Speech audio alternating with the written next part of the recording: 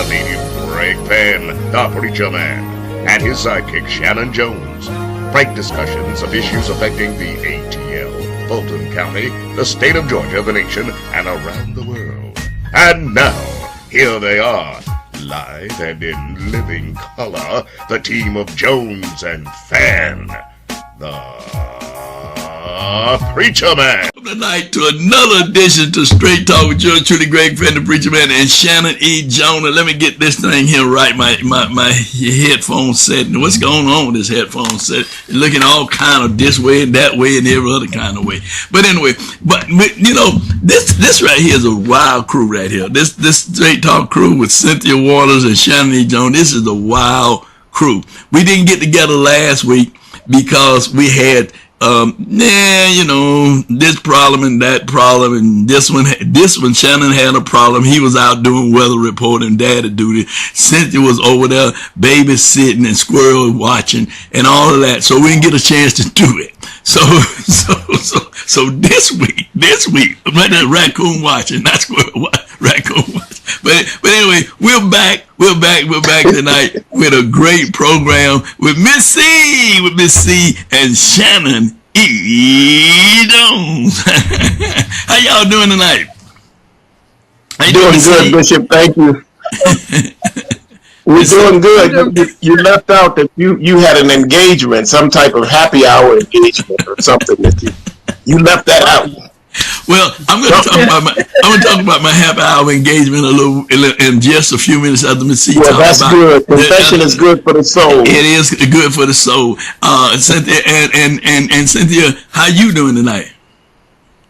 I'm doing much better than I was last week. I was in the hospital last week, so okay. I'm doing much better. Well, we're glad to know. We're glad to know that you're doing better. You were having your happy hour. See, I was last week I was having happy hour, but it wasn't a traditional happy hour as you know it was. I was happy that I was alive. I was happy that I had my life, my health and strength, and I was happy that this election was over with. I was happy. This has been one kind of experience. We want to talk about that tonight, about the election. We were going to talk about it last week if we could get together, but we could not get together for other things. But we want to talk a little bit about this election. And, you know, people are got all kinds of emotion, all kinds of feeling about the election, and election results. So I want to open up tonight having some discussion around about the election and the two party system, the Republican Party system, the Democratic Party system. Though we have the independent, the Socialist Party, and the Green Party, and the Tea Party, but they're not seen as really serious parties like the mainstream two-party Democratic and the Republican Party. So like the corporate parties. Yeah, the corporate party. So I want to open up and talk about what do we think that we failed. Well, I ain't gonna say we failed, but the people. The Democratic Party failed in being able to get their message across, to get people to turn to go out to the polls to save democracy. And so I'll open up with you, Shanan, then Cynthia, you can chime in after Shanan. It's very simple. The country has moved into a very dark place, and at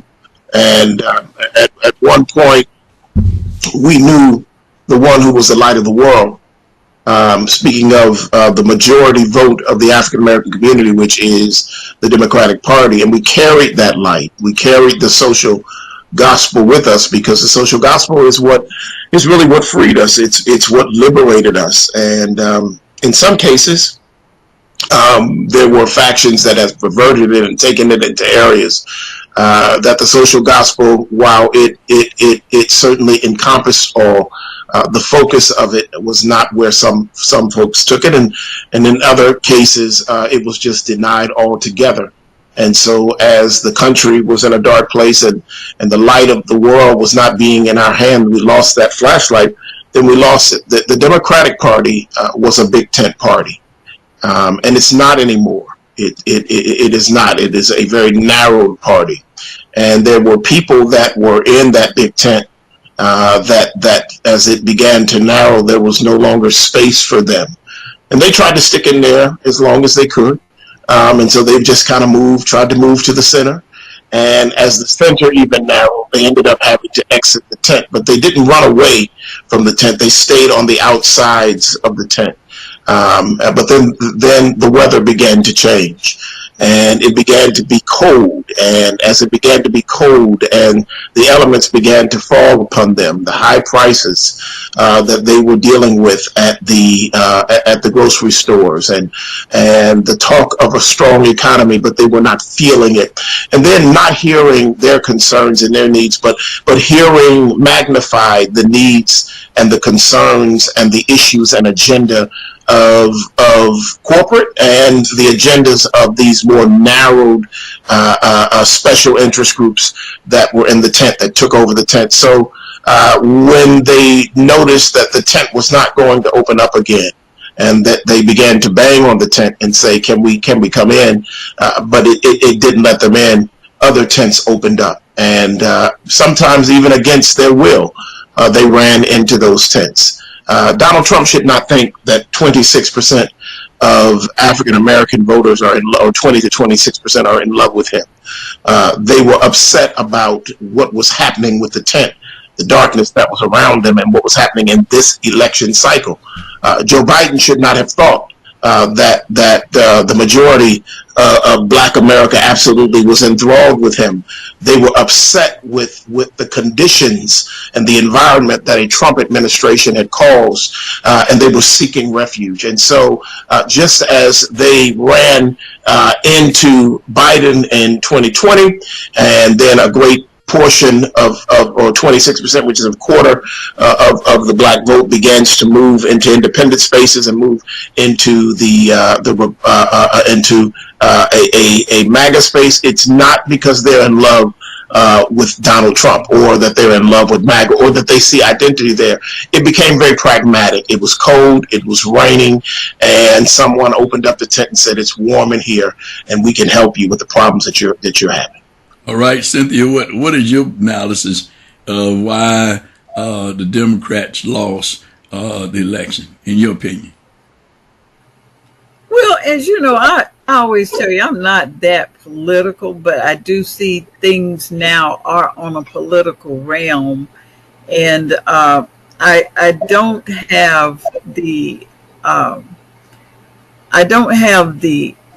intel that I need in order to really answer that question the way you want to answer. But I can say that I think for a lot of Black people, I think they were hoodwinked, because, you know, when I saw the signs that said Blacks for Trump, I knew we were in trouble.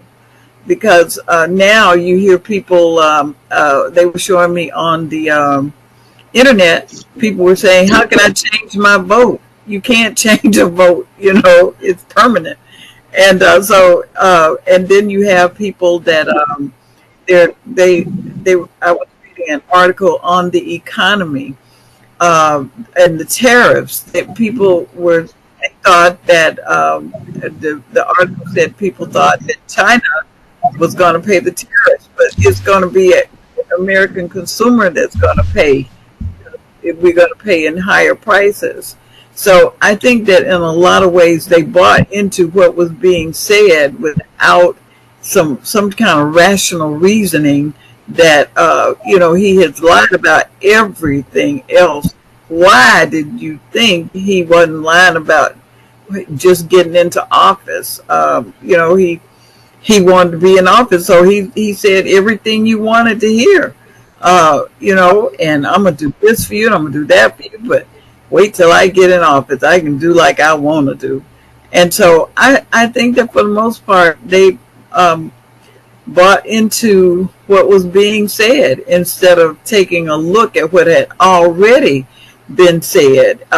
You know, if when people that are liars, they don't usually change. I mean, you know, especially not him. And you know, it's like, you didn't know that. And so I just feel like if people had just listened to what was being said and just analyze what had already been said, all the lies, and all the manipulation that was going on. You couldn't see that, and so I just think that being misinformed, disillusioned, and wanting to illusions of grandeur just got in the way. Okay. Well, let me just share with you. Thank both of you for your position and statements, and both are accurate. But one of the things, I'm just going to say something simple. I learned a long time ago the game of politics. If you're leaving money in people's pockets, that they don't have a problem with you. If you're putting money in people's pockets, they definitely don't have a problem with you. But when you take your money out of people's pocket, as you alluded to, Shanan, in terms of the economy, in terms of high food prices, high gasoline prices, high prices on goods and services, yeah, you're taking money out of people's pocket. So people were they voted their pocketbooks more than democracy. They looked at the promise of, I'm going to get cut. You won't have to pay taxes on tips in Nevada. You won't have to pay taxes on Social Security checks. Those are many of the seniors. These are things that were being said by him, which were monetary things that impacted people, right? So, but the Democratic message was not a strong enough message in terms of what I see, in terms of they were not pushing the issue of a better day is coming. How is that better day is coming? What do we get out? Because when I talk to many of the young people who, like you said, Shanan, was outside of the tent but wanted to really be in the tent, and the hundreds of thousands of people, black people that didn't even vote, that said, I'm just gonna sit this one out, because they just didn't see any tent they could really get comfortable with being here, be they Republican or Democrat, because they had concerns about democracy, they had concern about the progressive Democratic Party and some of the things that they are now advocating and pushing, about some people in the religious community and some people who dealing with morals and values and those kinds of things. So they just set it out. And so the Democratic Party lost, in my opinion, because the messaging of what they were offering did not come clear. Did not come through clear enough to bring people across back into the tent and to want to be a part of the Democratic Party plan for moving forward in this country. Now, what's going to come now is we're going to be talking about what's going to happen. Is we see it, I think you alluded to that, because people said they were duped. They see now already that they were duped, but they want to change their vote. They want to change their mind, but it's too late to change their mind now, because he is now the elected president of the United States of America. Okay, so that's where we are, and I believe Shanan want to got a comment or something else he wants to add to that. Yeah. I wanted to say a couple things. One is to the Duke part. You can look at if there was 20% of the African American vote and 45% of Latinos voted for Trump. You look at the cabinet picks that he picked, and it looks like the Brady Bunch family reunion. You don't see any people of color. Certainly, he's picked Vivek, who is Indian. He has picked one other, I can't think of her name right now, for national intelligence, who has Indian heritage. There's talk about possibly bringing back a Ben Carson, but certainly out of that 26% of blacks, and certainly out of the black conservatives that are there, none of them have seriously been brought to the table, and there are many of them. They teach in universities. They're at Stanford and various different universities around this country. They are in business.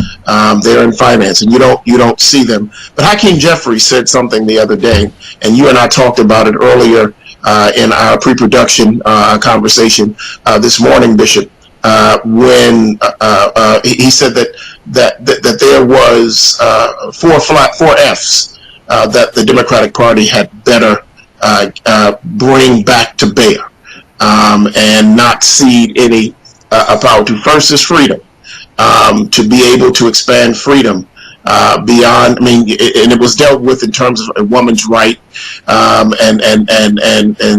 reproductive rights. But he said that they need to expand into a greater conversation about freedom for all. He talked about the second F being what are we going to do with fairness and equity and justice. But really pulling out that fairness and looking at what's happening even at the border. He talked about the flag, patriotism, and that the party needs to really make that a major part of the agenda. And then the fourth thing was faith. You and I spoke today in production and said, you know, on the other side, they would perhaps say whether or not they live it out, whether or not we feel it, they would lead with faith. And then, you know, faith, then flag, freedom, and the other. So even in Hakeem Jeffries, who is the ranking member of the leader of the Democrats in Congress, the minority leader, to even put faith as fourth. I'm glad faith was mentioned, but perhaps I would make that the one of the first. Why? Yeah. Because in this big tent that narrowed, the big concern was that there was a great deal of secularism, and it marginalized. Sharpton talked about it on MSNBC this morning. It marginalized and did not listen to the black church, which gave you the social gospel. King's message was missing. Run, Jesse, Run's message. Keep hope alive. Jesse's was missing in the conversation, while we narrowed to some other things. So the greater secularism pushed out the faith community, and ultimately we got what we got. Well, when you talk about the people that was accentuated was entertainers, singers, rappers, all these people, and you're right in terms of secular part of it, because twerking instead of praying. Twerking instead of praying. So what we have here is you know, they were talking about the Christian movement, the evangelicals, the Christian movement, the moral movement. Now, this is where I disagree with the Christian moral evangelical movement. I'm a believer. I believe the Word of God. I believe what Jesus said. Christians did the things that they did and do based on the banner that they're Christian, but they don't believe in the Word of God because they don't practice the Word of God. Okay, they practice hate, they practice jealousy, they practice envy, they practice selfish, they practice greed. This man, who is now the president of the United States, said he's going to come after the people who were against him. He's coming after them, and what he is in his plan to do that, he was going to pick Matt Gaetz, a man who would be the Attorney General, who would be the policer for the whole of the United States. He was picking a man who's a sex offender and all these other things. Statutory rapist and all those other things, which he himself is accused of the same thing. So here we are. When we talk about Christians and morals and that kind of thing, look who we have elected and say, I'm a Christian who is totally immoral in everything that he has done. As Cynthia said, lie. Watch what he said, not what he's doing. Lie. Totally immoral. I read somewhere in the Bible it said all liars have a part of the lake of fire. You know, I'm a preacher first. I'm a great fan of preacher, man. I'm a preacher first. So what it said is but this is who the Christians have elected. The Christians who have elected, because they said, well, he's got a Bible. He's selling Bibles with his name on it. He had a Bible that was upside down. He didn't even know how to hold a Bible in his hand the right way. I mean, he didn't know a Bible verse. But people negated all of that because they said, oh, this is a Christian evangelical movement. Man, I'm so sick of people talking about being a Christian. If you don't believe, you're not a believer, then you ain't following the Word of God. And, and I'm going to share this, and then I'll turn it over to Cynthia. She has a comment. Today, someone said to me that an individual was approached about being a Christian and working with somebody else who they felt was Satan. And so you're supposed to be a Christian, but then you are working with somebody who is of Satan. Really? Yeah, okay. So then I thought, as a believer, do you judge as a believer? The Bible said, don't judge you or judge you not unless you be judged by the same judgment you judge others, right? That's what it said. That's what, if you believe, that's what you believe. That's the word of God. You believe the word of God. I don't have any hate for Donald Trump. I don't have a hate for anybody that he has in his cabinet, because God is in control of all of this. Because I believe with the word of God. He said, vengeance is mine and I'm going to repay. So we can't get caught up into that. We got to be caught up into him and believing that he's yet in control of what's going to take place ultimately to all of us, because we're all going to lay down and die. And he's the judge and he's the jury, right? We don't. Only thing we do is believe in him and what he said, trust him and what he said, and understand that all of us got a day of reckoning. So when we look at this thing and we look at Mr. Gates and what Mr. Gates did, at least he had enough pressure coming after him for those people that possibly are believers that say, hey, you can't serve in this position and be the police of the country, and you got all of this on you, and Donald Trump still pushing, trying to make him the chief police of the country. Come on. And you talked about just a few minutes ago, Shanan, in terms of other people that he has put on and want to put on in his cabinet, because to show you, and this is your point, Cynthia, when you talk about him wanting to have control, they showed him, many of his own Republicans showed him in the Senate, that you're not going to have the kind of control that you want to have, because he wanted to put people in without having the Senate to confirm them.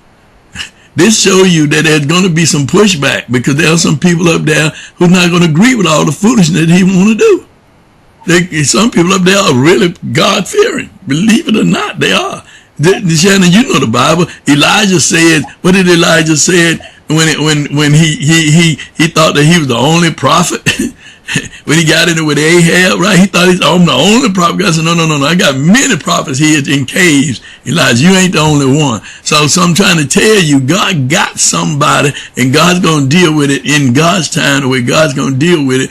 And the wicked shall cease from troubling, and the weary shall be at rest, and all the saints of God are going to sit at his feet and be blessed. So are you a believer or are you a Christian? So I believe that God is going to be in control of this. I believe that what Mr. Trump and his family and all those other people think they can do, they can only do what God's going to allow them to do, because God's going to deal with it in the end. And so what are we going to do, Shanan? You and Cynthia are going to take a break, and we're going to go to Cynthia Waters, and she's going to bring to us news and information with Straight Talk News with Miss C, Cynthia Waters. Hey, Miss C.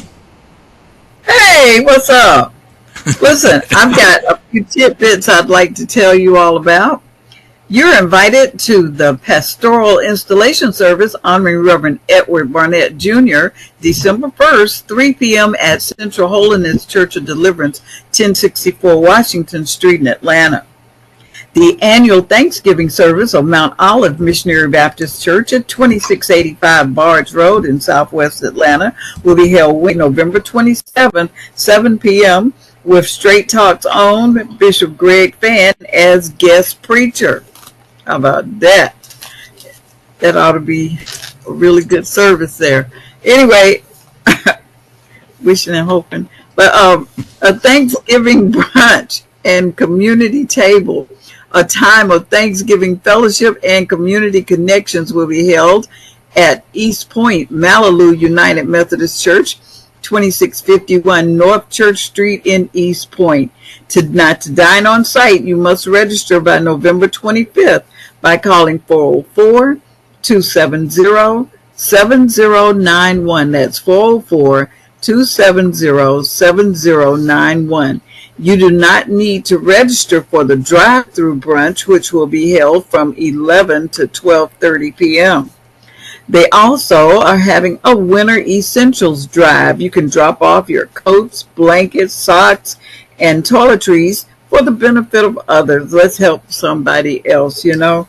And now the Thanksgiving brunch and community table will be held Thursday, November 28th, 2024.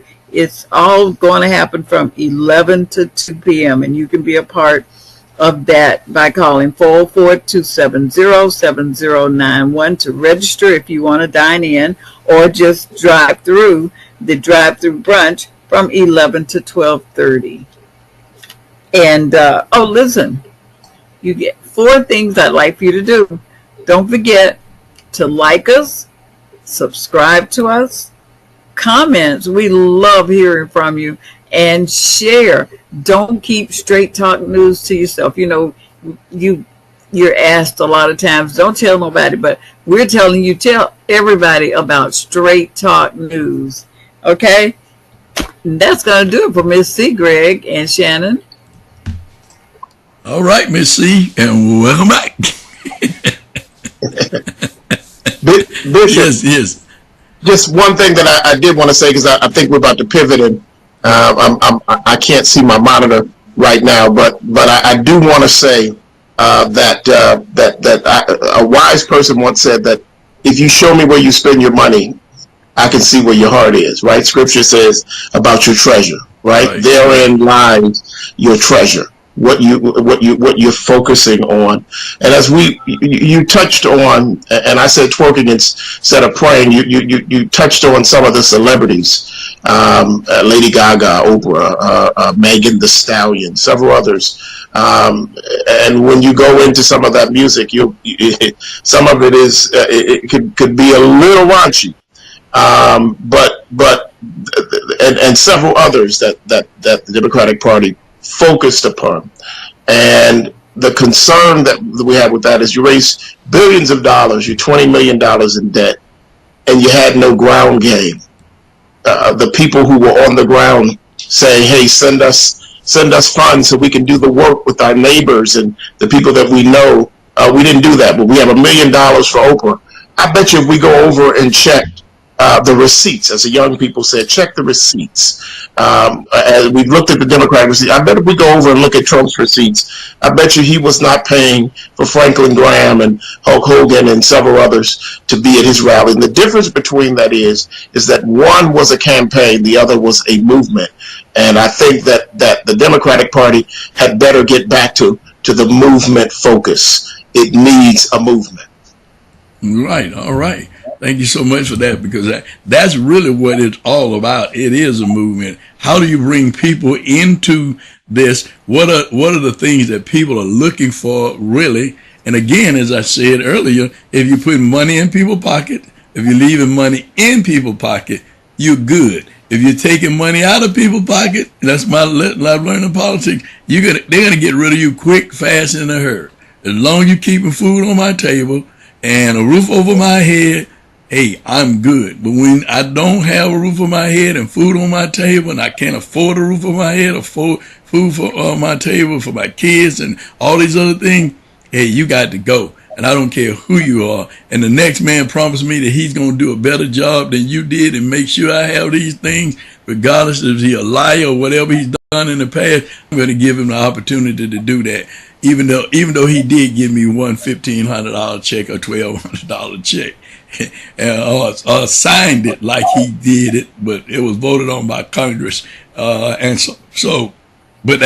don't know, it's perceived that he did it. So, hey, it was money I got from him, right? But guess what? That money was our money. We're the taxpayers. Only giving you back what's yours in the first place. But anyway, do you have anything you want to say before we get into this? These nominees for that Mr. Trump is talking about putting on his cabinet? No, I have no further comments. No further comments. You just wanted to trash me about my sermon. You just want to trash me about Thanksgiving sermon at the church, over from Frank Brown Church, over from Frank Brown Church.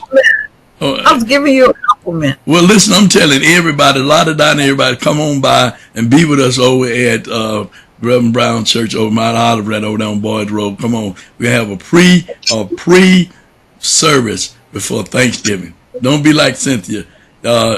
She's gonna be somewhere doing something, but I don't know what the something she's gonna be doing. Somewhere doing good. Doing good. Yeah, chasing raccoons. I will be eating. Taste testing on the 27th. I'll be taste testing for the 28th. They're gonna bring the food over here, and I'm gonna taste test every bit of it on Wednesday night.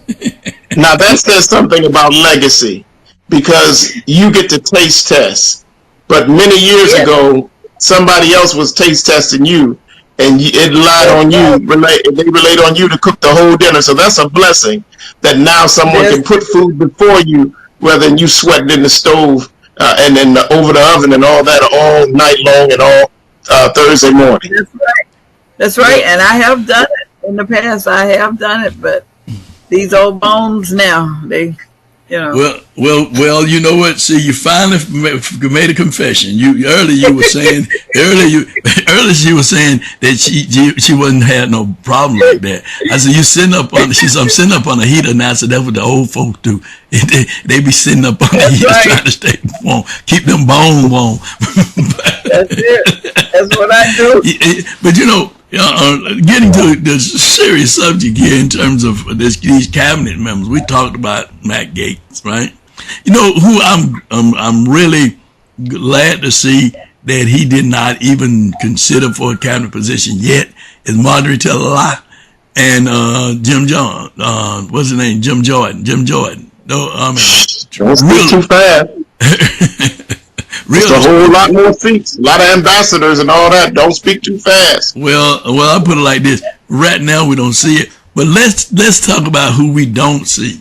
You're talking about the 26% of black folks who voted for him, right? 20 to 26%. Right. Okay, so what we have is those people who are the town crowders and rallying black people to come over here to this tent. Well, this tent is warmer because we're enjoying this tent over here. His name was, I call him Mushmouth, but his name was Tim Scott.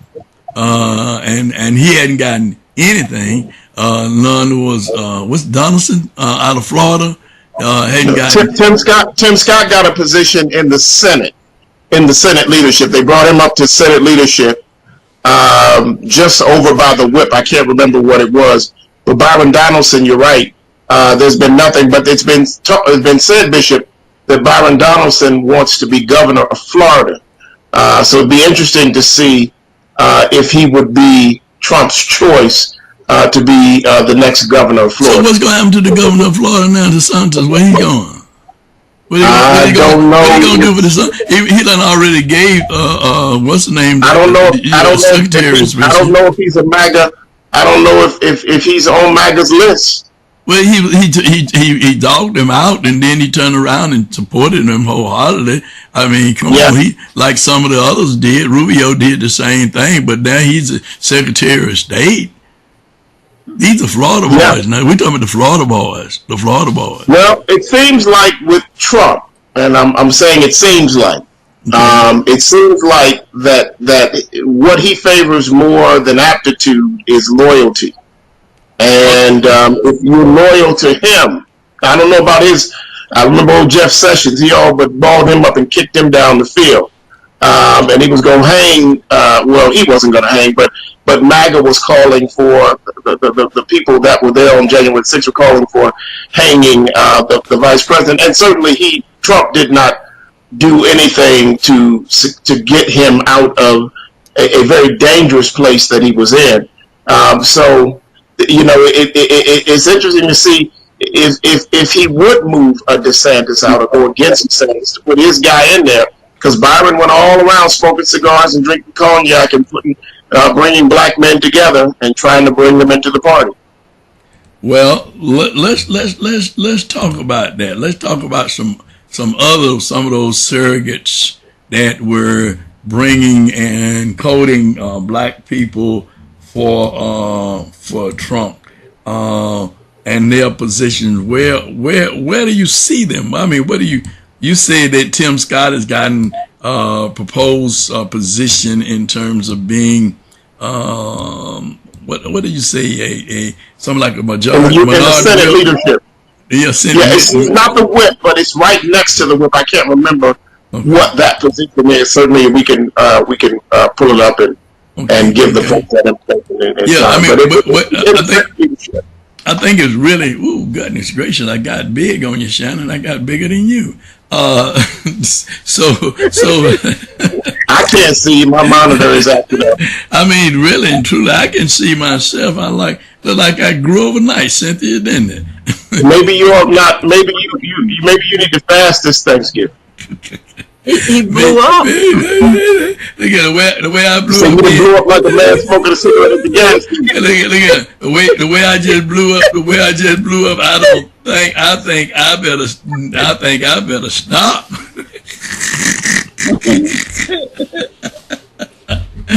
Well, let you know.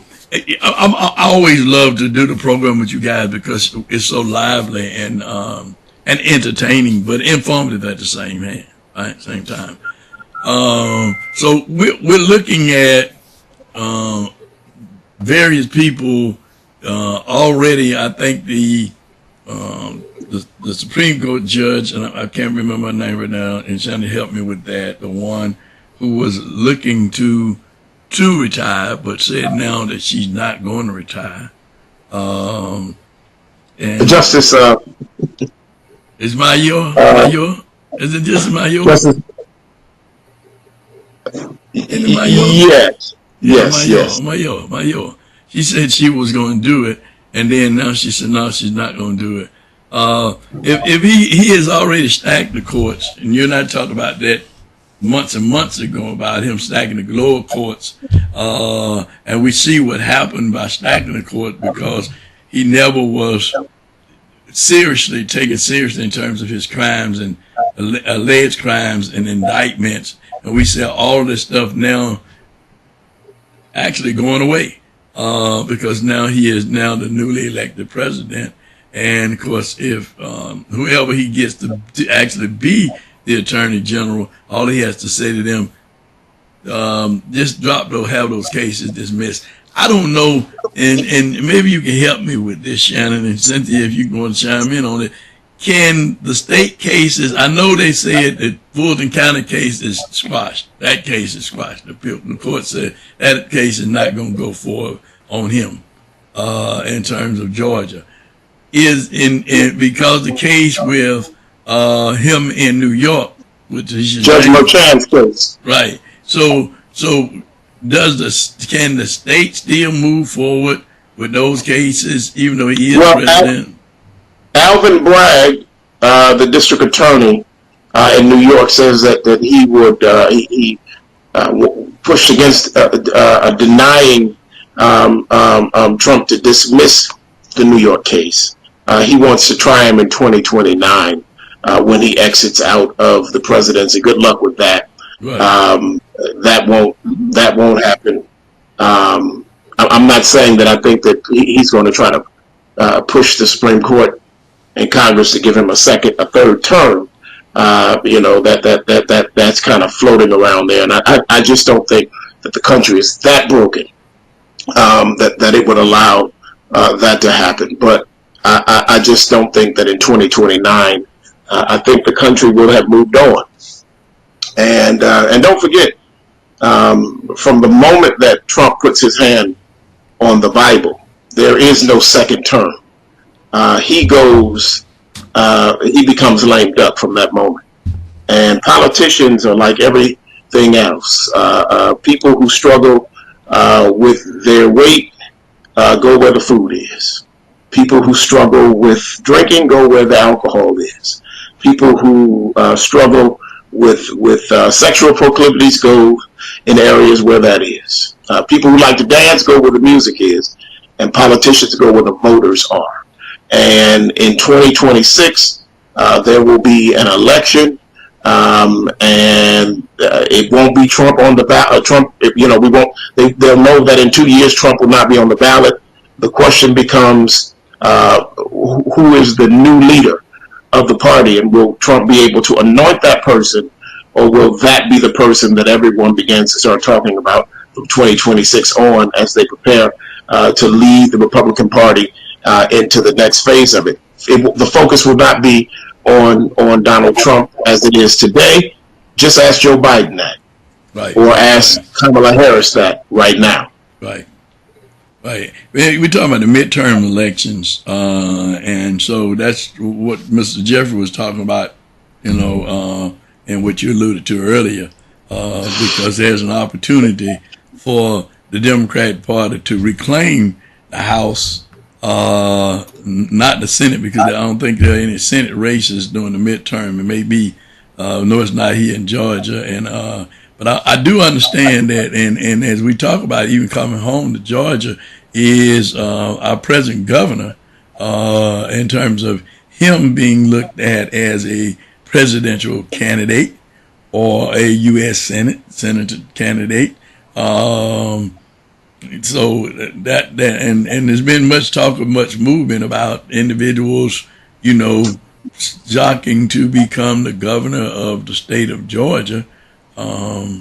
And that it's going to be interesting. It's going to be a lot of interest and a lot of chess moving around here in this state, because whether quiet as it kept, even though Georgia, they voted Republicans in this election, but it's not clear if voters are going to continue to move in that direction. Even though it looked like, because it was solid, pretty much solid red in Georgia, doesn't mean that it's going to stay that way in the midterm elections, because you have a lot of congressional seats here in Georgia. I think we've got 16 here in Georgia, congressional seats.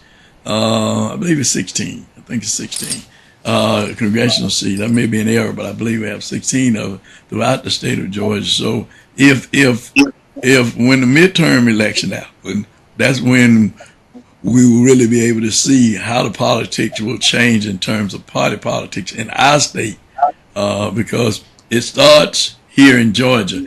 Believe it or not, politics across this country lean on this southern state that we live in, Georgia. There go Georgia, there go a lot of states in terms of their politics and the movement. And I'm concerned about the threat. I am concerned about the threat. I don't know about you all, but I'm concerned about the threat about Mr. Swami and Elon Musk talking about laying off all of these federal workers. I'm concerned about that, because Project 2025. Yeah, and Project, but I'm concerned about that, because when you start laying people off, and people think that they do and have done, and now it goes away, and you bring in people with a whole new system and whole new objectives. That's going to be things for us to have our eyes and watch on, and begin to look at teaching civics in the churches, civics in the home, and educating our people about our government and how our government operates and how we'll be operating if Project 25 is implemented. So that's what I'm looking at, Shanan. Yeah, that's what I'm thinking about. Yeah, I think that's something we need to look at, and I think you raise a very interesting point, and Musk and Vivek are looking at cutting, I believe it was $2 trillion, $2 trillion, $3 trillion, $2 trillion from the federal budget, really getting rid of the WWF led World Wrestling Federation led education department. Obviously, he chose the wife of the CEO of WWF, Ms. Mahone, to be the leader of that. I'm cutting that, and a lot of this is in Project 2025. It talked about bringing those lawyers, and so that even the Gates pick. He had this attorney general in Florida who was on his defense team, who was an attorney general, and Bobby's now in that position. He's appointed her post Gates, but he had her before. But he put a Gates in there because, again, he was putting in the type of loyalists. And if you go back and look at Project 2025, it talked about gutting the bureaucratic. and putting in party loyalists and politicizing those non-political bureaucrats that run the government, that are there during the Democratic-led or Republican-led administrations. So we're getting back to Steve Banner's plan to be able to run the executive for the next 50 years. So that's what they're doing. So, Miss C, you might not be political, but we need you to be in prayer, as we will be praying with you. She already praying. You see how she hold her hand? I'm praying now. Well, I got another meeting I really need to. Yeah, well, we know you got what you got, and if you got what you got, you got what you got, and what you have and what you have, and what you have tonight is Straight Talk with yours truly, Greg Fann, the Preacher Man, and Shanan E. Jones. Until next week, we'll be back with more and more Straight Talk with Miss C, Shanan, and me. You have a happy and safe Thanksgiving. Enjoy yourself, you and your family, and don't do all the tasting like Miss C. You'll be a butterball turkey yourself. But until next week, don't forget to like us, don't forget to love us, and don't forget to subscribe to our channel and make comments. It ain't been nothing but what? Straight Talk. In 922 at Comcast.net or call 404-308-0795. Join us again for another episode of Straight Talk with Shanan Jones and Greg Fann, the Preacher Man.